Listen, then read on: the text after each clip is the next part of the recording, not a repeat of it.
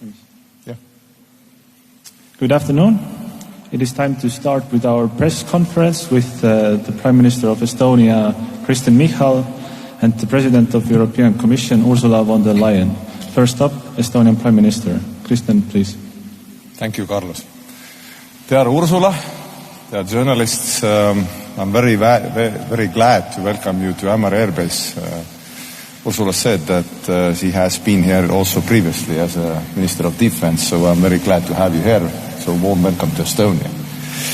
Estonia greatly appreciates the Commission's efforts to strengthen Europe's defense readiness and industrial base.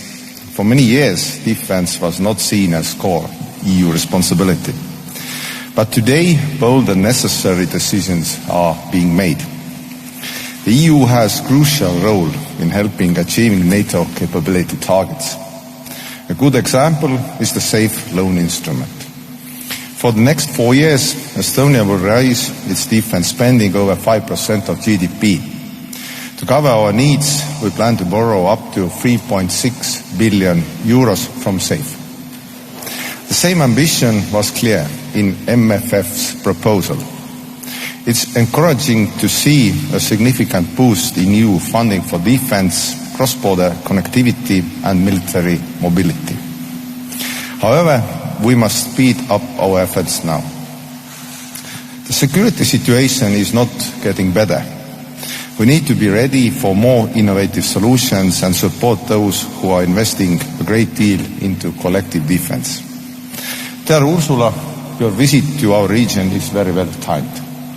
Recent drone incidents, which we talked about, show that we need to enhance our defense capabilities and invest into drone detection and response. Estonia is investing in this, but there's need to increase EU support even before the MFF. This way we can build our drone wall faster and broader to keep our common external border safe. With the Commission's support, the Baltic countries successfully desynchronized our energy grids from Russia and connected to the European network this spring. Now we must ensure that our energy infrastructure remains secure and resilient. This calls for increased EU support through the Connecting Europe facility across the Baltics from Estonia to Poland. Finally, we also discussed Russia's aggression against Ukraine. Russia continues and even intensifies its cruel attacks against Ukrainians far from the front line. This clearly shows that Putin is not looking for peace. The only language Putin understands is pressure and strength. That means tougher sanctions and increasing our military support to Ukraine. Europe must move forward with the use of Russian frozen assets for Ukraine. Ukraine's progress on the EU path must also continue swiftly. Estonia strongly believes that Ukraine and Moldova should advance together. Both have done their homework and well. Thank you. Madam President, please. Thank you very much. Dear Kristen, thank you very much for welcoming me here to Ämari Air Base. Indeed, I've been here 7 or 8 years ago. I remember it was the first Russian invasion in Crimea, and we had just started the principle of air defense here in Estonia together with other allies.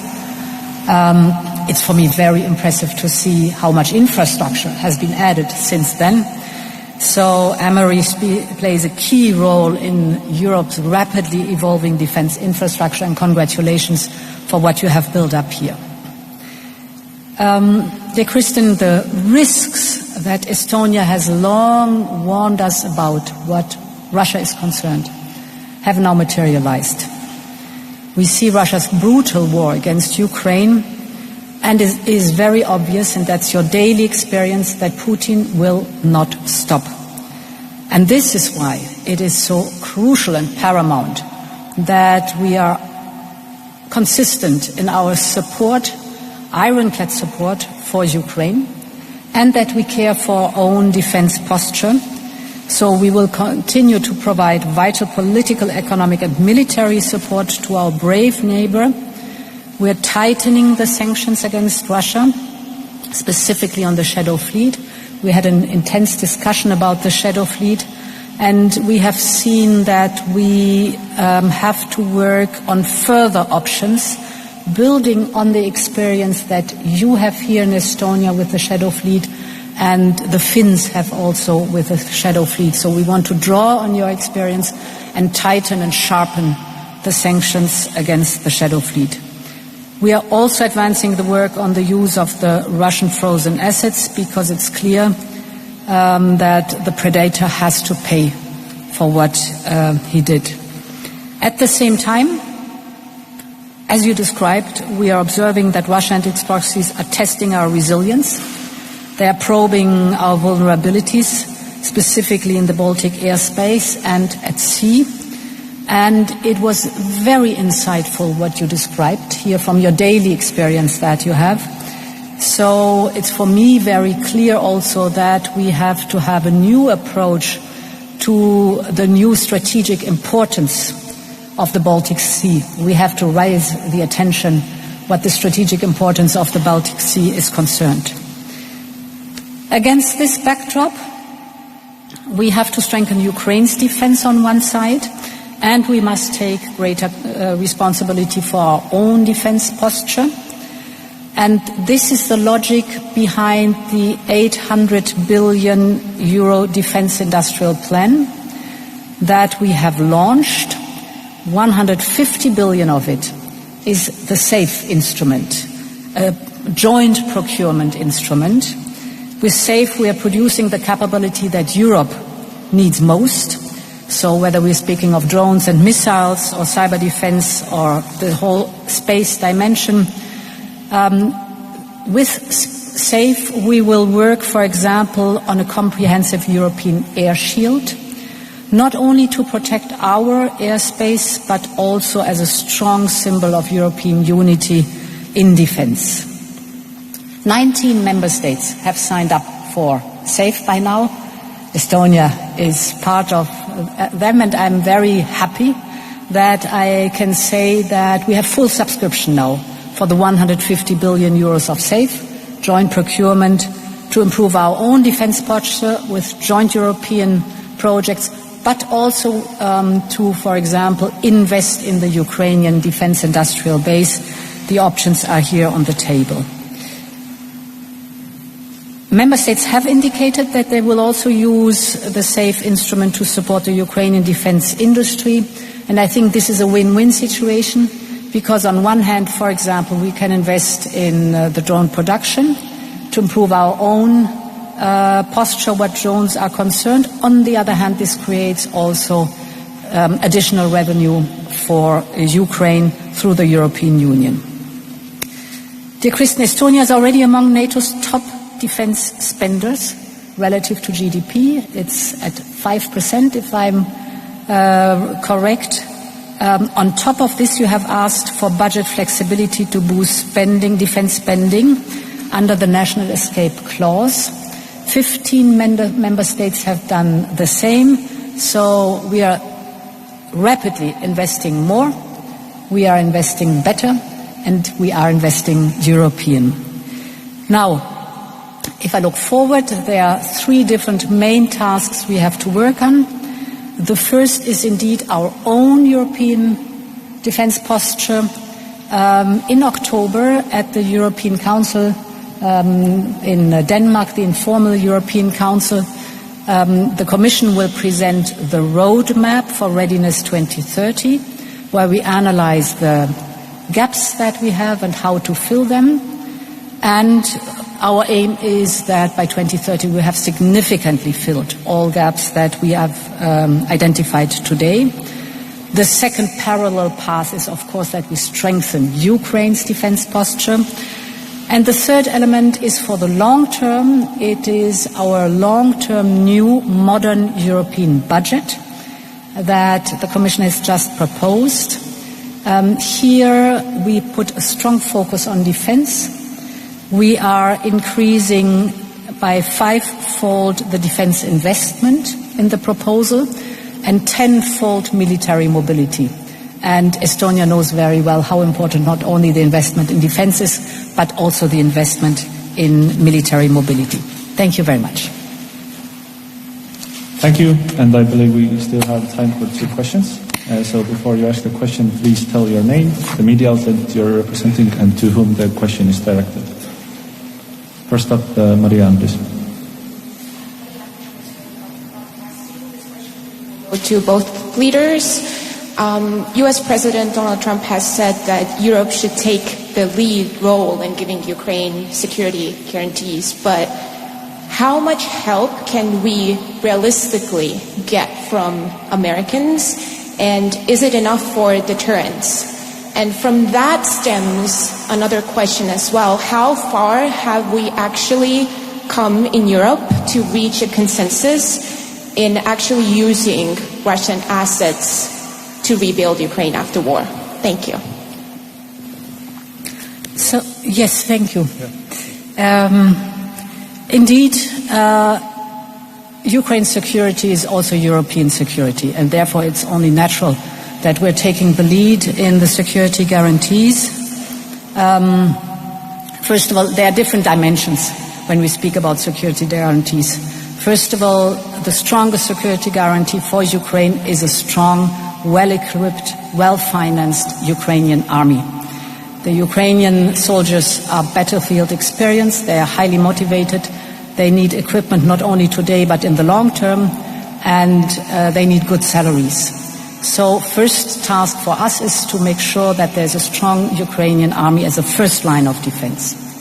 Second line of defense for the security guarantees is the work of the coalition of the willing, so a multinational troop that can come in. We are in the process in defining what is necessary and what every member of the coalition of the willing is willing to chip in. The Chief of Defense are meeting to really map out what is necessary. And of course we need the backstop of the Americans. They will provide. President Trump said that there will be American presence and that there will be the backstop of the Americans. This is the second important leg. And the third element we should always emphasize is our own European defense posture that has to be improved, as I've just described. Now, on the frozen assets, we are already using the frozen assets. We are using the windfall profits. And so far, 3.7 billion euros from the windfall profits have been channeled to Ukraine. But we are also reflecting currently on the next steps and how to best and better use the frozen assets. I would also say that starting from the frozen assets, that question is well timed, because right now our foreign ministers are talking about it, the usage of foreign assets. And I know that there are certain risks. They probably can be mitigated. The Estonian position is quite clear that we should use Russian frozen assets to rebuild Ukraine. And if needed in the future, I know that we have been talking, but this is also a possibility to have tariffs on Russian goods and so on, to make Russians pay for the damages done, not our taxpayers, because the ultimate goal should be that Russia pays for the damages done and everything, not our taxpayers. That is a very, very strong position, and it should be kept that way. And I know that Ursula has a very strong line on that also.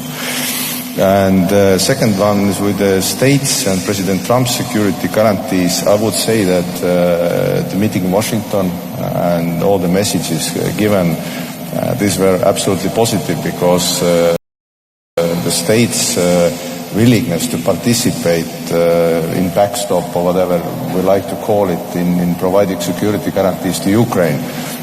It's a momentum changer, I would say.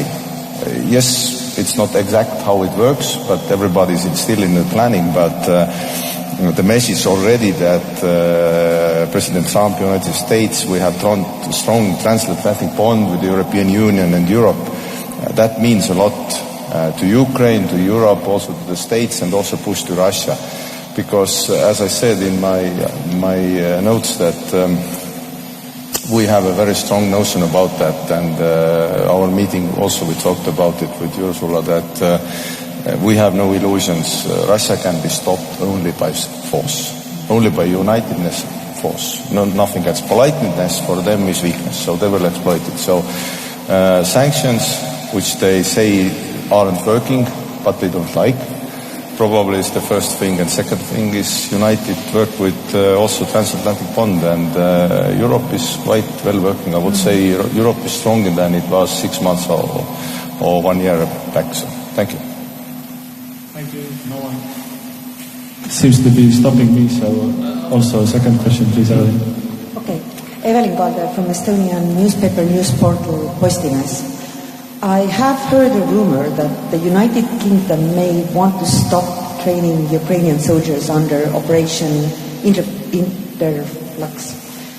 So, do you think European Union could have resources and will to take over that part of the training? So what I cannot answer is any kind of rumor, and a rumor concerning another country. But we're very proud that up to today we have trained almost 90,000 Ukrainian soldiers, and of course we will keep the training up. So that is one of the contributions from the European level, for example, to the Coalition of the Willing. Okay. Yeah, okay. As Ursula said, that it's for the UK allies to comment on their operations, but I read a week ago that this operation will be extended until the end of 26 already. So that is the first point. Second, Estonia, of course, supports any operations, expand training Ukrainians in any framework. Interflex, EU, EMAM, Coalition of the Willing. All of them are supported by us, and we also have a strong political will, as Ursula also already mentioned, that there's like everybody's asking what will be everybody's contribution in certain points, and Estonia has already said that we are willing to participate also in training missions, and also we are participating in Coalition of the Willing if needed. So we have made our decisions already. Thank you. Thank you. That concludes the press conference. Okay. Thank you. Thank you.